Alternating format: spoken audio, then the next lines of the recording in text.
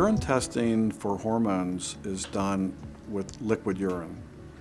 And what people do is they have to collect all of their urine over a 24-hour period. So you carry this big jug around with you, and you've got to pee in this jug over the 24-hour period. So in looking at this technology, I thought to myself, well, we can test hormones in dried blood, and people test hormones in urine, so why can't we test hormones in dried urine also?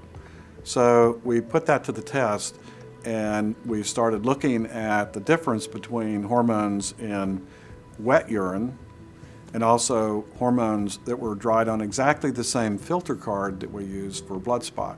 And what we found is that we could see the same levels of hormones in the dried urine as we could see in the wet urine sample. And what we found is if you look at saliva, you can do it in the capillary blood spot. So there are many different ways you can look and see whether or not you have an adequate level of testosterone. But I think in addition to just testing testosterone, I think you need to look at the symptom profile too. And that's one of the things that we ask men to fill out is how you're feeling. So if you have apathy, you're somewhat depressed, you're losing muscle mass, and I can't imagine that there's not any man out there there's the spot test, and then there's the loading test. Now, we wrote a paper because basically we don't believe in the loading test is an accurate test, simply because what we found is that when you give somebody 50 milligrams of iodine and you look over a 24-hour period, nobody releases all 50 milligrams into urine. It takes a longer period of time. You eventually release that, but that much of a load of iodine in the body results in a much slower release of iodine. So it takes about 2 to 3 days before you release all the iodine.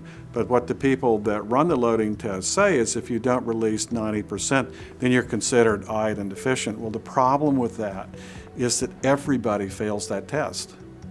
So everyone is iodine deficient, but we know that that's not true. Not everyone is iodine deficient, because even people that take beyond the FDA recommendations for iodine supplementation fail that test, and they're not iodine deficient.